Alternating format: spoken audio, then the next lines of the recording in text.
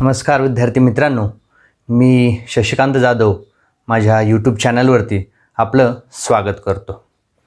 आज आपण इयत्ता 10वी lesson number 1.2 an encounter of a special kind part 2 पाहणार आहोत. या आधीच्या व्हिडिओमध्ये आपण पार्ट 1 पाहिला असेल. ज्यांनी नसेल पाहिला त्यांच्यासाठी लिंक डिस्क्रिप्शनमध्ये देत आहे, त्यांनी तो व्हिडिओ तिथे पहा.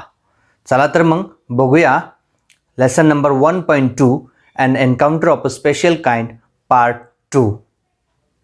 यापूर्वीच्या व्हिडिओमध्ये आपण lesson number 1.2 an encounter of a special kind या पाठाचा पार्ट 1 पाहिलेला आहे. आता पार्ट 2 आपण पाहणार आहोत. Standard 10th English lesson 1.2 an encounter of a special kind Part 2.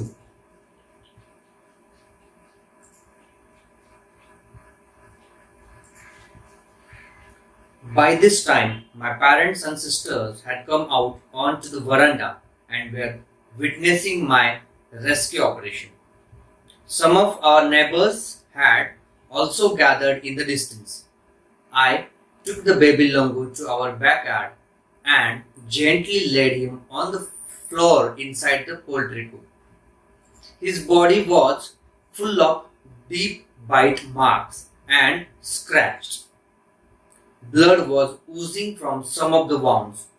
The baby remained motionless. My father provided first aid to clean the wounds and stop the bleeding. I was relieved to find out that the baby was breathing, even though his breaths were shallow. म्हणजे मी जे त्या वानराच्या पिल्लाला वाचवायचा प्रयत्न केला ते पाहण्यासाठी माझे आई वडील आणि माझी बहीण हे वरांड्यात येऊन माझं जे कार्य चाललं होतं, बचाव कार्य चाललं होतं ते पाहत होते. तसेच आमच्या शेजारचे काही लोक ते सुद्धा काही अंतरावर गोळा झाले होते आणि ते सुद्धा माझं हे बचाव कार्य पाहत होते. मी त्या वानराच्या पिल्लाला आमच्या परस बागेत घेऊन गेलो आणि त्याला कोंबड्याच्या खुराड्यामध्ये अलगद झोपवले. त्याचे शरीर खोल जखम आणि व्रणांनी भरून गेले होते. खूप जखमा झाल्या होत्या त्याला. काही जखमांमधून तर रक्त सुद्धा येत होतं आणि ते पिल्लू मात्र निश्चित पडलं होतं.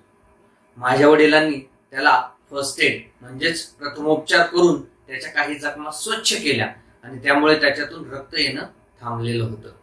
आणि त्या पिल्लाचा श्वास मात्र मंदावलेला होता, हळू होता, परंतु तो चालू होता हे पाहून मला मात्र बरे वाटले होते. म्हणजे ते पिल्लू जिवंत आहे याची मला खात्री झालेली होती. Splashes of cold water made the baby stir, and after a few shaky attempts, he sat up. He was in a state of shock and started trembling like a leaf in the wind. His two little twinkling eyes welled up with the tears, and he started to sob with a muffled cry, just like a human child would after experiencing trauma. I offered him a peeled banana, which he accepted with his unsteady hand and began taking hesitant bites. म्हणजे काही पाण्याचे शिंतोडे मी त्या पिल्लाच्या तोंडावरती मारले आणि त्याच्यामुळे काय झालं, त्या पिल्लाला थोडीशी शुद्ध आली आणि कसा बसा प्रयत्न करून धडपड करून ते पिल्लू उठून बसलं. ते घाबरलेलं होतं. बेदरलेलं पिल्लू ते एखाद्या वाऱ्यामध्ये पान जसं झाडाचं हलतं, जसं थरथरतं तशा पद्धतीने त्या पिल्लाची हालचाल होत होती. त्याचे 2 चिमुकले डोळे पाण्याने डबडबलेले होते आणि धबक्या आवाजात ते अगदी हुंदके देऊन रडू लागले. मफल्ड क्राय, मफल्ड म्हणजे हुंदके देऊन रडणे. अगदी धसका बसलेला एखाद्या लहान मूल जसं रडतं त्या लहान मुलाप्रमाणेच ते वानराचं पिल्लू रडायला लागलेलं होतं. मी जे सोलून दिलेलं केळ त्याने ते थरथरत्या हाताने घेतलं आणि बिचकत बिचकत घाबरत इकडे तिकडे पाहत ते पिल्लू ते खाऊ लागलेलं होतं. My attention was fixed on the revival of the baby langur. Attention म्हणजे लक्ष. Suddenly, I had an uncanny feeling of being watched. I turned away from the cook and looked up. म्हणजे मला कोणीतरी पाहतंय याची मला जाणीव झाली. There sat the mother langur on our kitchen roof, watching every move I made. She simply sat there quietly, as if convinced that no harm was being done to her child. Meanwhile, the baby sensed the presence of his mother and started to sob and cry a little louder. I retreated from the door of the cook to allow the mother access to her baby. म्हणजे माझं जे लक्ष होतं ते पूर्ण त्या पिल्लाला बरं व्हावं, त्याला बरं वाटावं, त्याच्या प्रकृतीत सुधारणा व्हावी याकडे माझं पूर्ण लक्ष लागलं होतं. त्याच वेळी मला अशी जाणीव झाली की माझ्याकडे कोणीतरी लक्ष ठेवून आहे, मला कोणीतरी पाहते. याची एक विचित्र जाणीव मला झाली आणि मी मागे वळून पाहिलं तर काय, आई वानरीन आमच्या स्वयंपाकघराच्या छतावर बसून माझी प्रत्येक हालचाल पाहत होती. जणू काही आपले पिल्लू सुरक्षित आहे, त्याला काही धोका नाही याची खात्री पटल्याने ती शांत बसून होती. दरम्यान त्या पिल्लाला आपली आई तिथे असल्याची चाहूल लागली आणि ते अजूनच मोठ्याने हुंदके देऊन रडायला लागले. आईला तिच्या पिल्लाकडे जाता यावे म्हणून मी काय केलं, जो रवडा होता कोंबड्यांचा त्या दारातून मी माघारी वळलो, जेणेकरून त्या आईला आपल्या पिल्लाकडे येता यावं. Immediately, the mother descended on the floor of the cook and picked up the baby in her arms. She gave the baby a thorough body inspection to check his injuries and then cuddled him tight in her bosom. The baby found great solace in her caring arms. The mother sat still with the baby in her lap for a few minutes. It was almost as if she was pondering over her options and trying to figure out how she could keep the baby safe from further assault. म्हणजे ती ज्यावेळेस मी मागे वळलो त्यावेळी ती आई ताबडतोब पटकन उतरून त्या खुराड्यापाशी आली आणि तिने आपल्या पिल्लाला लगेच उचलून घेतलं. आणि उचलून घेतल्याबरोबर काय केलं, त्याच्या शरीरावर ज्या काही जखमा झालेल्या होत्या त्याचं बारकाईनं निरीक्षण तिने सगळं व्यवस्थित तपासून पाहिलं आणि आपल्या त्या पिल्लाला तिने आपल्या छातीशी घट्ट कवटाळले. आता मात्र त्या पिल्लाला आपल्या आईच्या मिठीमध्ये दिलासा मिळालेला होता. काही मिनिटे आई वानरीन त्याला मांडीवर घेऊन तशीच बसली. बहुतेक पुन्हा हल्ला झाला तर त्या पिल्लाला वाचवण्यासाठी काय करता येईल याचा विचार ती बहुतेक करत असावी असं मला वाटलं. For a few seconds the mother langur looked straight into my eyes. Even today, I cannot forget that look in her eyes. Showering silent gratitude on me for saving her child, I was overwhelmed by the emotion, the sentiment, and the way she said thanks to me. There sat a universal mother holding a stricken child in her lap. Then, in a flash, she jumped with her baby clinging to her belly and reached our kitchen roof.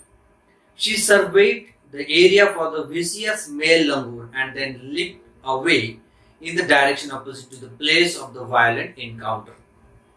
म्हणजे काही सेकंदासाठी ती वानरीन माझ्या डोळ्यांमध्ये पाहत होती, माझ्याकडे पाहिलं आणि आज इव्हन टुडे आज सुद्धा मी ते तिचं पाहणं मी विसरू शकणार नाही असं लेखक म्हणतो की मी तिच्या पिल्लाचं रक्षण केलं होतं आणि ती वानरीन आई काय करत होती, मूकपणे शांतपणे तिची कृतज्ञता माझ्याकडे पाहून ती व्यक्त करत होती आणि तिचे डोळे मी आजही विसरू शकणार नाही असं लेखक म्हणतात.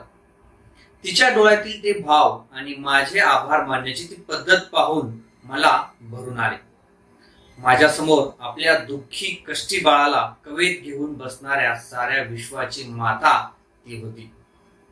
त्यानंतर क्षणार्धात तिने आपल्या पिल्लाला पोटाशी घेऊन तिने आमच्या स्वयंपाकघराच्या छतावरून उडी मारली. त्या निर्दय नर वानराचा कानोसा घेत तिने इकडे तिकडे पाहिलं की तो नर वानर आहे की नाही याची खात्री केली. तिने आजूबाजूचा परिसर निरखला, पाहिला व ज्या ठिकाणी हल्ला झाला होता त्या दिशेने, त्याच्या विरुद्ध दिशेने ती झेपावली म्हणजे निघून गेली. The brief meeting with the mother and the baby langur convinced me that interspecies communication and mutual trust is indeed a reality, and should anyone strike the right chord, the relationship hums into action. The mother langur showed me that food was not the only means of communication between man and animal, but that there were other means of establishing a bond through trust, compassion, and mutual understanding. 55 years have passed since that day. I am now 70 years old, but I still fondly remember that encounter of a special kind. तपन मुखर्जी. या ठिकाणी हे तपन मुखर्जी लेखक म्हणतात की एका आई आणि पिल्लाच्या त्या ओझरत्या भेटीने मला खात्री पटली की प्राणी मात्रांचा एकमेकातील संवाद आणि परस्पर दृढ विश्वास ही एक खरोखर सत्य गोष्ट आहे. आणि एकमेकांच्या मनाच्या तारा जर योग्य रीतीने छेडल्या, जर एकमेकांना समजून घेतलं प्राणी मात्रांना, तर ते नाते अधिकच सुरेल बनते. तसेच आई वानरींनी मला दाखवून दिले की मानव व प्राणी यांच्यामधील संवादाचे साधन हे फक्त अन्न नसून फक्त अन्नासाठीच ते कम्युनिकेशन करतात, संवाद साधतात असं नाही, किंवा जवळ येतात असं नाही, तर त्यांच्यातील नाते दृढ होण्यासाठी परस्पर विश्वास, दया म्हणजेच करुणा आणि सामंजस्य सारखे इतरही अनेक मार्ग आहेत. आता त्या दिवसाला, जी ही घटना घडली त्या दिवसाला आता 55 वर्ष उलटून गेलेली आहेत. आणि लेखक म्हणतोय की मी आज 70 वर्षाचा आहे, पण त्या अविस्मरणीय भेटीची आठवण मी आजही माझ्या मनाशी बाळगली आहे, असं लेखक तपन मुखर्जी या ठिकाणी म्हणतात. खरंच खूप सुंदर असा हा पाठ आहे. त्यांच्या आयुष्यात घडलेला एक अविस्मरणीय प्रसंग हा त्यांनी या ठिकाणी व्यक्त केलेला आहे. तो खूप छान पद्धतीने मांडलेला आहे. या ठिकाणी हा पाठ आपला पूर्ण झालेला आहे, संपलेला आहे. आपण तुमचा वेळ दिलात आणि हा व्हिडिओ पाहिलात. Thanks for watching. खरंच खूप आभार तुमचे. आणि हा जर व्हिडिओ तुम्हाला आवडला असेल तर लाईक, शेअर करायला विसरू नका. आणि चॅनल सबस्क्राईब केल्यानंतर जे बेल आयकॉन आहे ते पण दाबायला विसरू नका, कारण जेणेकरून जे काही नवीन व्हिडिओज, शैक्षणिक व्हिडिओज मी अपलोड करेल त्याचे नोटिफिकेशन्स तुम्हाला येतील. तुम्ही ते अपेक्षा करतो की हा व्हिडिओ तुम्हाला खूप खूप आवडला असेल. धन्यवाद.